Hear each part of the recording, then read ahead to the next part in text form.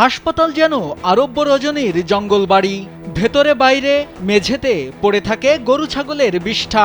রোগ সারানোর বদলে রোগ বাঁধানোর জন্যই যেন বেশি উপযুক্ত ১৭ কোটি টাকা ব্যয়ে নির্মিত নতুন হাসপাতাল। আমাদের ঔষধ টাইম মতন পাই না, একটা জন্মাফার মিটার নাই, কোনো কিছু কায়দা হয় না, আমরা খুব অসহায়ের জন্য। নামে ২০ শয্যার হলেও হাসপাতালে শয্যা নেই একটিও। এক্স রে, ইসিজি সহ মূল্যবান চিকিৎসার সরঞ্জামের খোঁজ নেই।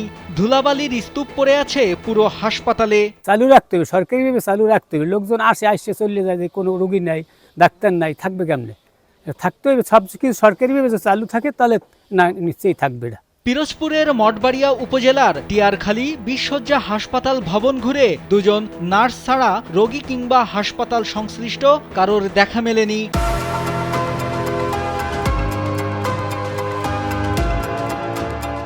পাখির চোখে দেখলে নতুন দালান কোঠার দৃষ্টিনন্দন রূপ মুগ্ধ করতে পারে যে কাউকে, কিন্তু হাসপাতালের মূল কাজ স্বাস্থ্যসেবার নামগন্ধও নেই বলে অভিযোগ করেন স্থানীয়রা। পোলাপান আড্ডা মাইয়ের আড্ডা দেয়, কোনো হাসপাতালে বোঝাই যে এটা হাসপাতাল নাকি, এটা মনে একটা ফার্ম করছে, ওই পার্কের ফার্ম করছে, আমি যেটা মনে করি। জনস্বাস্থ্য প্রকৌশল অধিদপ্তর সূত্রে জানা গেছে, ২টি স্টাফ কোয়ার্টার সহ মূল ভবন করতে ১৭ কোটি ৪৪ লাখ টাকা ব্যয় হয়েছে।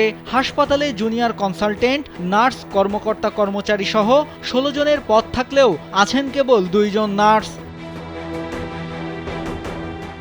হাসপাতালটি উদ্বোধনের পরপরই চিকিৎসক সহ কর্মকর্তা কর্মচারীরা যে যার কর্মস্থলে ফিরে গেছেন। এতে জনবল সংকটের কারণে হাসপাতালটি পূর্ণাঙ্গভাবে চালু করা যায়নি বলে জানান উপজেলা স্বাস্থ্য কমপ্লেক্সের আবাসিক মেডিকেল অফিসার। সরকারি যে অর্থনৈতিক কোড সেটা চালু না হওয়ার কারণে আমাদের ওখানে প্রায় ৬টি চিকিৎসকের পদ রয়েছে, ৬ জন নার্সের পদ রয়েছে, সেই পদগুলো পরিপূর্ণভাবেই শূন্য রয়েছে।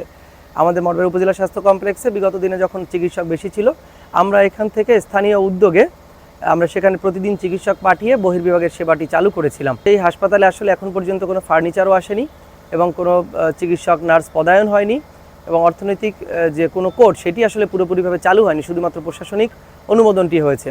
এর ফলে আমরা আসলে সেখানে চিকিৎসা সেবা দিতে পারছি না। বর্তমানেও আমরা দেখছি যে হয়তো সেখানে সকালবেলা আমাদের সিস্টাররা বা মাঝে মাঝে চিকিৎসকরা গিয়ে সেখানে কিছু ঔষধ, জরুরি কিছু ঔষধ আমরা রোগীদেরকে দেওয়ার চেষ্টা করছি। দ্রুত সংকট কাটিয়ে চিকিৎসা ব্যবস্থা চালু হবে হাসপাতালটিতে, এমন প্রত্যাশা এলাকাবাসীর।